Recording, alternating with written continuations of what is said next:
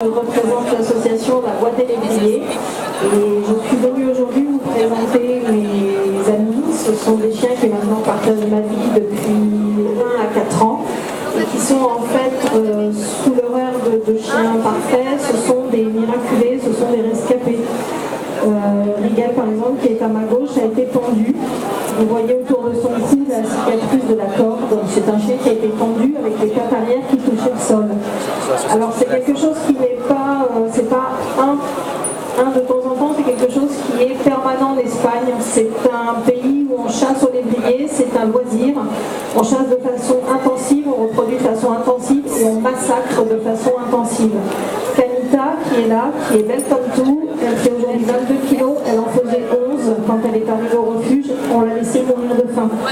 Elle a été complètement abandonnée, c'était vraiment, on a failli la perdre, on était à 2 doigts de la perdre, peut-être un jour ou deux et elle était morte.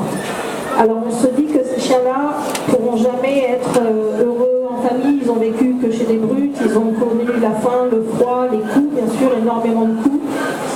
En fin de saison, un galguero se sépare de tous ces chiens qui ne sont plus bons, c'est le massacre, c'est des milliers et des milliers de chiens chaque année. Donc on fait remonter une partie de ces chiens parce que bien entendu on ne sauvera pas tout. On accompagne l'Espagne dans le changement de mentalité et surtout on aimerait que les règles de protection animale européennes soient respectées puisqu'elles ne le sont absolument pas. Et ces gens ne sont pas punis.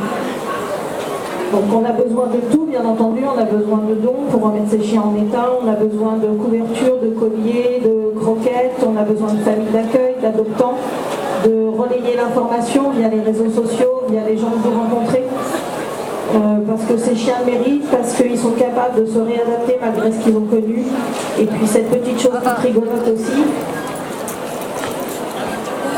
Il a fait la une sur TF1. Oui. Cette petite chose rigolote qui a capté l'œil de TF1, qui hier était au journal de 20h, c'est aussi un rescapé. Il allait être massacré à coups de pierre par son galguero parce qu'il était en propre à la chasse. Aujourd'hui, c'est Arthur, c'est la mascotte de l'Arche. Il aime le monde entier. Si vous voulez venir le rencontrer, il adore les enfants, il adore les câlins. Il est trop gourmand, il est tout gros. Donc, il n'aura pas le droit aux friandises.